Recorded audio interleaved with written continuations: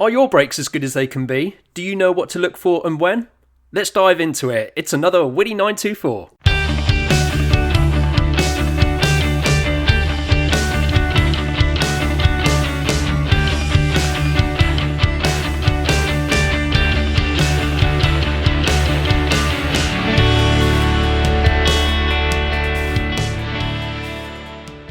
Hey everybody, welcome back, and yes, we are on another podcast finally. It's been another big gap, and yeah, I have my excuses and apologies. I should just record that as a snippet and just put it in at the beginning of every podcast because it seems to be the way we always start, eh? Anyway, I wanted to touch on something that's been a topic that I've been diving into quite significantly over the past month or so, and that is brakes, and in particular all the different types that you might be faced with when you are choosing to maybe consider brake upgrades, replacing brakes, maybe doing the job yourself, and what to look out for in terms of everyday use of brakes. It's one of those things that we just assume, does the thing it's meant to do without ever considering them or looking at them like you might do with other parts of the car. So I think it's one of those areas that I've taken quite an interest in lately, mainly because I've, as I said, done quite a bit of work on some of the cars I own. So I've replaced the 924 brakes front and back. I've replaced the LR4 Discovery brakes front and back. I've replaced the rear discs and pads on my 996 Turbo. And going through those steps has sort of opened my eyes up to what sort of options might be available, how to approach it, and some of the things to look out for. So I thought, why not do a podcast about it? So here we are. And the first, topic to consider when you are thinking about brakes is, one, how to check them. Because, of course, a lot of us probably don't even consider how we might check them. We take them to the garage, not the brakes, but the car, and we ask them to, do a health check of some sort. Maybe it's picked up in an MOT, maybe it's picked up in a service and so on. But you want to be able to distinguish between what's good and what's bad. And if someone's just potentially, not saying everyone does it, pull the wool over your eyes and say you need new this, new that, and, things are dangerous and so on. I think it's fair to say that checking your brakes on more modern cars now tends to be much easier, right? So you have a lot of electronic devices and aids that will generally flash up in the cockpit of the car and give the driver information about if there's an issue with the brakes themselves, potentially the pads. Most pads now will have a wear sensor built into them, and that wear sensor, I would say, generally speaking, gives somewhere between 10 and 20% of a wear warning that will show up on your dash in some way. What does that mean? It basically means that you've got about 10 to 20% left of the pad on the disc before it completely wears out and you end up with metal against metal. So that's a good sign to tell you, hey, potentially changing the pads is a good thing on your next service, your next MOT, or so on. So those electronic aids are very useful. What's more, not necessarily frustrating, but maybe annoying, is when you get garages or advice to change pads that don't need changing. There's no feedback through the pedal. You haven't got any wobbling or any sort of strange feeling through the pedal as you brake. Everything works as it should. And yet, after a service or an MOT, you might feel a bit confused when someone says your brake pads and your discs are in bad condition and, they need changing and it's going to cost hundreds and hundreds and so on. So it's important to understand what to look for and how to physically see the discs and the pads. And it's an easy thing to do, right? You don't need to put your car up in the air. You don't have to do jacks or anything. The best way to do it is actually just take your phone, turn your light on your phone, the little light for the camera, and just shine it in through the wheel. And most cars have got alloys now. Very few have steel wheels, unless you've got electric cars as well, because obviously that they're in the same boat. Less servicing, of course, for electric car in terms of oil changes and all that, which, regular combustion engines have. So, generally the service for those are, as well as checking all of the wires where they should be on the electric car, brake system is one of those areas that they will focus in on. Maybe because it's got regeneration braking and things tied to hybrid and all of that good stuff as well. So the thing to do is when you shine your light in, what you're looking for is the contact area between the pad, which is in the caliper unit, and the disc itself. And you will see, well, hopefully you will see a good amount of what is the pad substance itself, a thickness that is between the metal of the disc and the metal of the caliper and the backing part of the pad, which, the pad material is attached to. And ideally, just shining a light in will give you a sense of how much of that is left. And, general terms, because if you're not holding pads every day, and changing pads and all that, general terms is, thickness of pads can be sort of 1 centimetre, 1.5 centimetres in thickness, somewhere around that. It might be slightly less, slightly more, depending on the size of, the car wheel you have and caliper unit and all of that. But it gives you a sense. So if you see something that is, very, very thick, then that your pad is in good stead, and you don't have to worry too much about it. If it's got very little, it might be sort of down between, 3, 4, 5 millimeters, that sort of thing. You can expect your wear sensor to maybe start to flicker on and come on in the next sort of few months or so. And that's an important piece, right? Just understanding how much pad depth you've got left or pad material you have can help you be in a better position to understand what is being asked if you go along to the garage and they say you need new pads and so on. The other thing is your front brakes will tend to do more of the effort than your rear brakes. That's not to say that your rear pads don't also wear out. It's just, something to be aware of. Obviously, when you brake, all the inertia goes forward, a lot of the weight's on the front wheels when you brake, so they tend to take up most of the heavy lifting. From that perspective, just keeping an eye on those pads when you're about to do long journeys and stuff like that is always useful.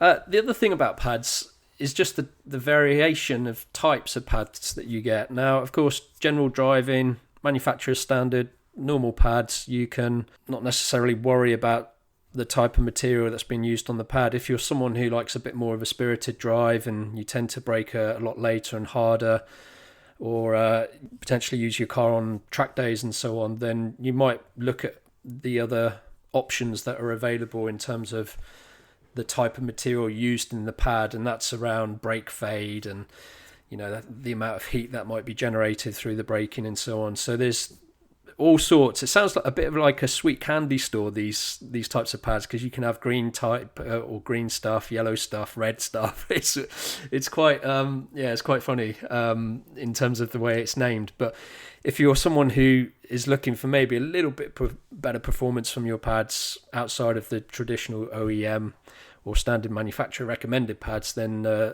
you can go and have a look at all those types of options.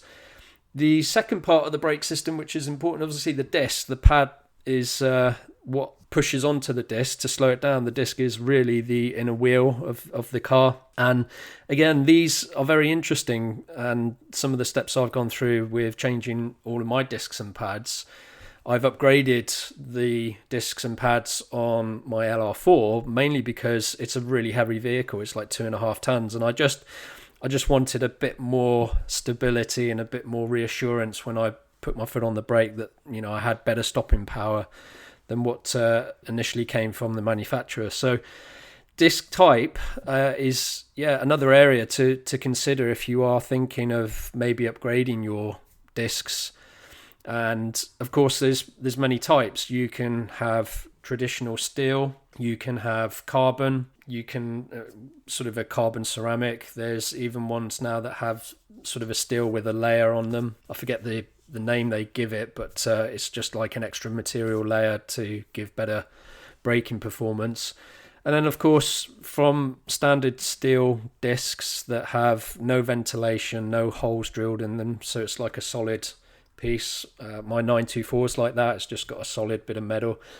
They're fine. They're not bad in essence. They do the job they're supposed to do. But of course, under spirited driving, heavy braking, they become very heated very quickly because there's no way of dissipating the heat per se. So you can get into different options of vented discs and drilled and cross-drilled discs and directional discs as well, which comes with the ventilation. So what does that all mean? It basically means that you get better performance from the disc. And if, again, you're someone that is a bit more spirited in their braking and you do track days and stuff, then that type of approach might be useful to understand and consider on your car. So if your car doesn't have vented discs or cross-drilled discs, directional flow in terms of ventilation, then those are areas that you can consider as upgrades. To be honest, most modern cars now, certainly the front brakes will be generally vented. So that's two what I would call steel metal solid discs that are welded together, and in between those discs is a series of vanes that are ventilated, and some of them are straight, some of them are directional. So when you fit those types of discs, there's always a correct mounting position, whether it's right or left, front or rear, and that just generally helps in terms of better performance if you do have a directional type of ventilated disc. There is an argument to say that some of those ventilated directional discs are sort of phasing out. I don't know, really. I mean, I've heard both arguments. I've just fitted non-directional but vented discs to my 994 that are Brembo, and Brembo have gone down this route of looking at different technologies, different ways to dissipate heat from the disc, and they are straight vane, they're not directional, so it means you can mount them on either side of the car, which is, you know, useful. I don't know, I mean, these things are researched in a big way, so it's always you believe, or you want to believe what they're telling you is relatively good in jest. So once you've looked at directional, non-directional vented discs, you get into the area of drilled or cross-drilled, and there's variations of that. You will see Aston Martin's a good example. They tend to have like the slot that's cross-drilled in their discs. They don't tend to have the holes that are drilled through the disc, but you can get a combination of both. On my 996, it's just drilled holes in a shape. It hasn't got any lines that are cross-drilled, but on the Disco, I've got both cross-drilled and holes through the disc, so it's just extra ways of potentially dissipating heat as these discs warm up under heavy braking. I think there's an argument to consider pads and discs from the same manufacturer. Generally speaking, if you buy them as a combined set, it means that they've been well tested and all the good research R&D's happened to ensure that the right disc and the right pad are performing at the best capacity in the circumstances they've been used for. So from that perspective, I would always recommend trying to buy the pads and discs from the same manufacturer or supplier. Of course, there's arguments to maybe how you mix and match that sort of stuff, as you know, performance related driving is something that you might be looking at. So we've touched on what to look for, how to check your brakes physically, as in with your eyes and so on. We've discussed the types of pads that might be a consideration. We've thought about what discs, the types of discs that could be available for you to consider when it's time to do that type of change. And I guess now the final bit is the difference between whether you want to do the work yourself or you want to maybe consider, giving it to a garage or someone to do. And of course, there's pros and cons to both of those. I think for me, having done all the brakes on the cars that I own, the good thing is that you get to sort of see how everything works, understand it more. You get to have a nosy around the area of the car that the brakes are situated. So from suspension, shock absorbers, springs, lower control arms, upper control arms, all of these types of elements, steering racks, steering rod ends and so on, and it just gives you a sense of what's going on and how to maybe navigate around it, and also diagnose potential faults as they happen when you are driving, and maybe a little bit more on the area checking and aware. I've said that the car will tell you when generally your pads need changing, but they don't tell you, or the car won't tell you if there's potentially a problem with the discs themselves, if they are pitted or warped, or there's something not quite right in its alignment. It will, from an electronic perspective, it won't sort of flash up a warning saying, hey, your disc is in bad shape and it's warped and you need to go and change it. But there are telltale signs about how you can notice it as a driver, being more in tune with what the brakes are, how they operate, and what they should be doing. So of course, if you ever drive a new car, that is sort of the high end. It's very smooth. There's little to no noise in terms of applying the foot to the brake in a spirited manner. The car slows down very smoothly, generally in a straight line. So from that perspective, that's sort of the benchmark, and that's what you're trying to aim for every time you are having some sort of brake change or challenge, and understanding what might be going on. So one of the most telltale signs is when you are driving and you just lightly put your foot on the brake, if there's any type of feedback through the pedal. So as you apply the brake, if you are feeling sort of a kickback, almost like a wobbling into the base of your foot, or into your pad of your foot through your shoe, then it generally is the first sign that your brake disc might be slightly warped. It means it's not perfectly straight on the surface of the actual disc itself.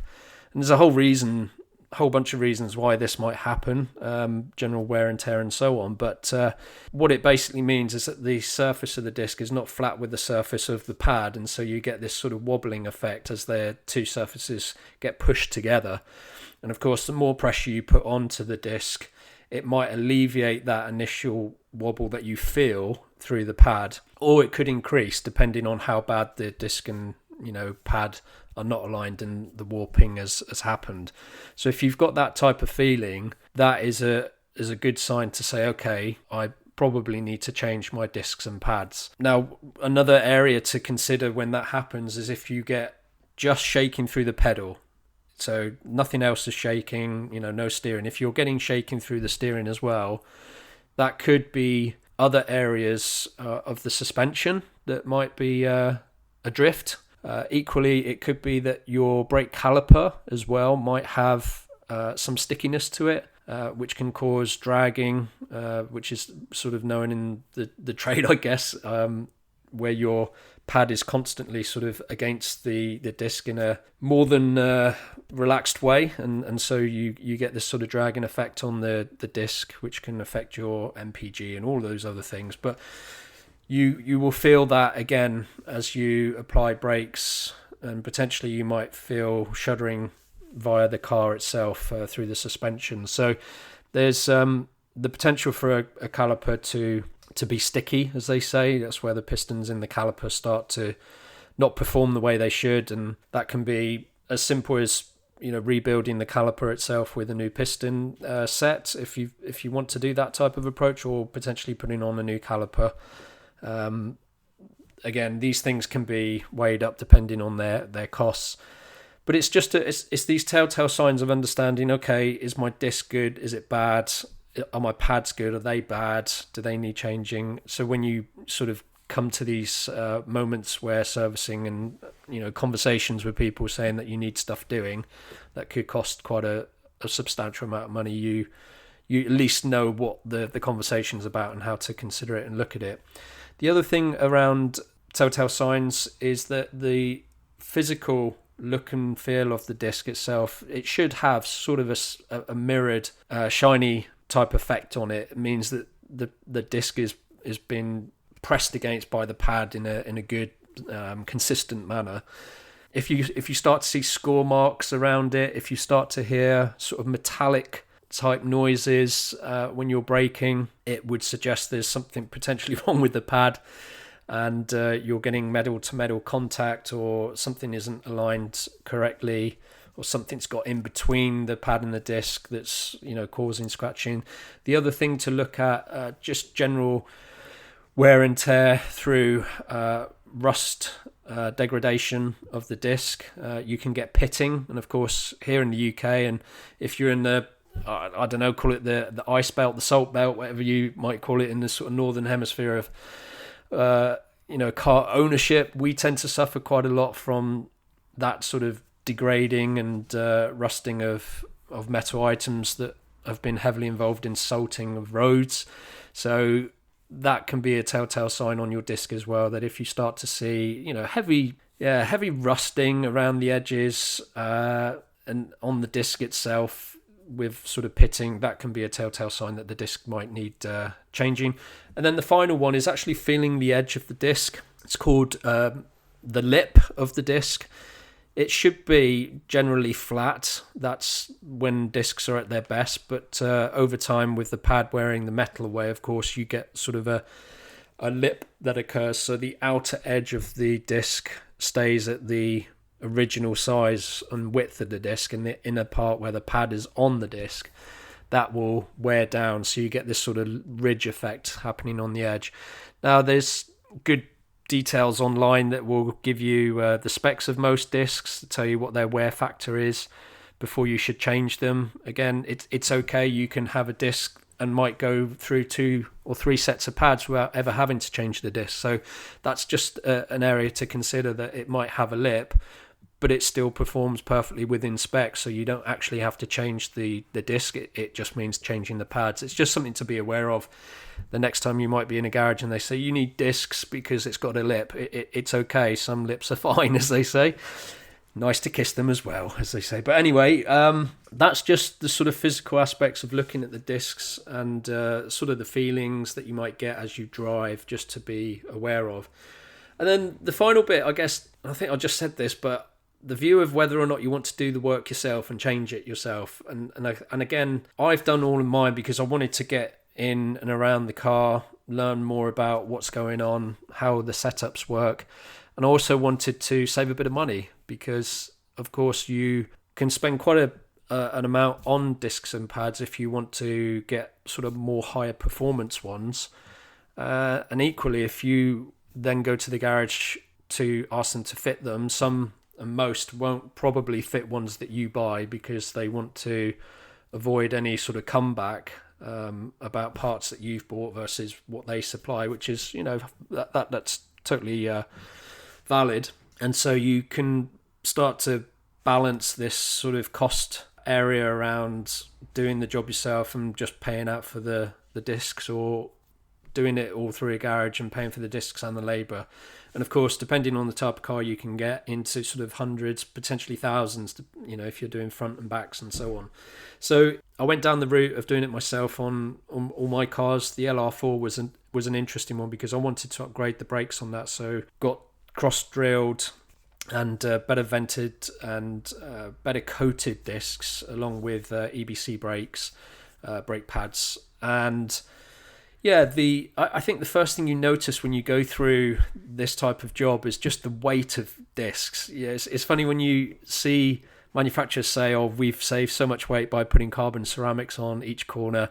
You don't realise how much weight is in each corner of the car, where the wheels on disc, because those discs do carry substantial weight. They are heavy blocks of steel, and it's not until you sort of lift one, change one, that you realise there's a huge amount of weight there that one, when it heats up, is very hard to get rid of that heat on such a block of metal of that size and weight. So you start to then work out, okay, this is why ventilation's important, drilling is important, and understanding the effects of heavy braking consistently causes that sort of fade effect that if you've ever experience can be a bit scary if you don't know what is happening. You're putting your foot on the brake and you start having brakes, and then suddenly you're not braking as hard and as fast as you'd hope because of the amount of heat in the brake itself. The disc and the pad is not performing to its optimal because of this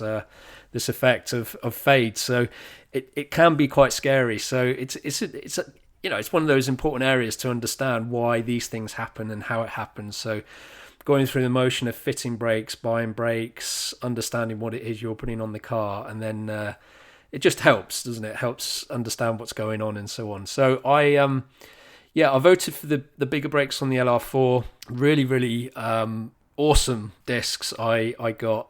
They're pretty hefty in terms of cost, but I wanted to, just ensure that I had a longer lifespan. So they've been running for a few years now. I coming up to, I think next year will probably be the first set of front brakes I will change. There's not that much of a lip on the front of the disc, but on the rears they're very, very good. They're hardly done anything, and they have this brilliant sort of zinc coating all over the disc as well. So once the pads had bedded in, the rest of the disc wasn't so susceptible to rust and salt degradation and all of that bad stuff that we tend to get on UK roads. So really, really happy with how they're performing, and the pads have been superb from EBC, and you don't tend to get the brake fade under heavy braking, and of course it's a very big car with 2.5 tons of weight behind it.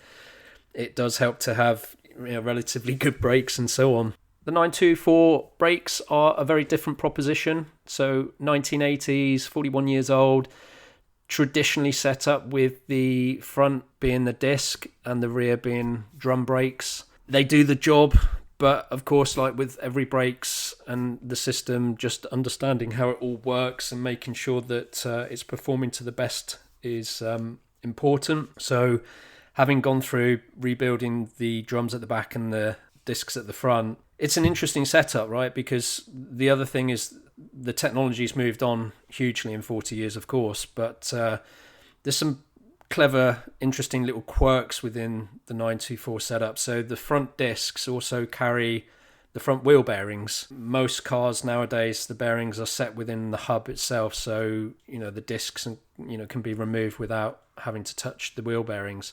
So from that perspective, it's a slightly more involved job because you've got to remove wheel bearing braces and so on, put in new braces to then fit a new disc, which is it can be a bit time consuming from that perspective, but it's just an interesting method of how you would build the front end and the hub and how the disc works. It's a solid disc. It doesn't have vented or any cross drilling, so it can heat up very quickly, and with drum brakes at the back, the system isn't what I would call robust by any stretch, but making sure that everything is as it should. I've put new calipers on, so they work really well. The car has had all the fluid drained and new fluid put in, so brake fluid is a really important piece, which I'll finish on. And overall, I think for a 41-year-old car, the brakes work very well. It doesn't have ABS, which is another thing I haven't mentioned with cars, but it's one of those things that you're very much man and machine with the 924 because there's no power steering, there's no support on the braking. So when you're in the wet, for instance, if you put too much pressure on the brakes and it locks the wheels, then that's when you start to get the fun merry-go-ride going on.